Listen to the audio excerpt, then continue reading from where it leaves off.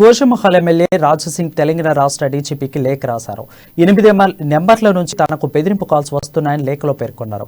పాకిస్తాన్ నుంచి కాల్స్ వస్తున్నాయని రాజసింగ్ ఇప్పటి వరకు కూడా ఎఫ్ఐఆర్ నమోదు చేయలేదని ఆరోపించారు. గన్ లైసెన్స్ కోసం ఇప్పటికే చాలాసార్లు అభ్యర్థించానన్నారు. తనపై కేసులు ఉన్నాయనే గన్ లైసెన్స్ ఇవ్వడం లేదని రాజసింగ్ అన్నారు.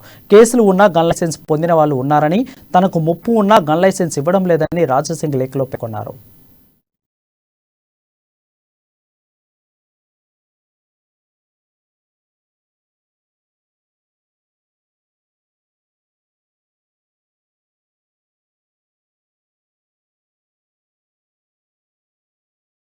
ఫిబ్రవరి 22 తెలంగాణ డీజీపీ అదే విధంగా లోకల్ ఎస్హెచ్ఓ కి నా లెటర్ హ్యాడ్ లో ఒక కంప్లైంట్ లో ఏముందంటే నాకు ఇస్లామిక్ కంట్రీస్ నుంచి చాలా వరకు థ్రెడ్డింగ్ వాట్సాప్ కాల్స్ వస్తాయి. మన లోకల్ కొంతమంది ఎస్బీ ఆఫీసులు ఉన్నారు, ఎస్బీ అధికారులు ఉన్నారు. నేను వాళ్ళకి పెట్టిన మెసేజ్, సరే ఇట్లాంటి నంబర్ నుంచి నాకు బెదిరింపు కాల్స్ వస్తున్నాయి, అసలు ఈ నంబర్ ఎక్కడది అడిగితే వాళ్ళు చెప్తే నేను షాక్ అయినా. పాకిస్తాన్ నుంచి దాంట్లో దాదాపు నంబర్స్ ఉండే. నేను ఇమ్మీడియట్ గా మా అడ్వకేట్ ని పిలిపించి ఒక లెటర్ హెడ్ లో ఒక కంప్లైంట్ రాపిచ్చి డీజీపీ గారికి ఒక కంప్లైంట్, అదే విధంగా లోకల్ కూడా ఇవ్వాలంట.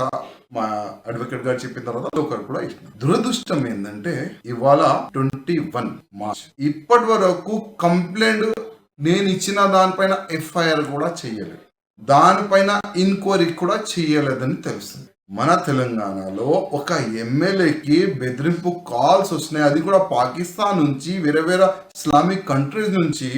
పట్టించుకుంటలే ఎందుకు అని అడుగుతున్నా పోలీస్ అధికారులు. అంటే దారుసలాం నుంచి మీకు మెసేజ్ రాలేదా?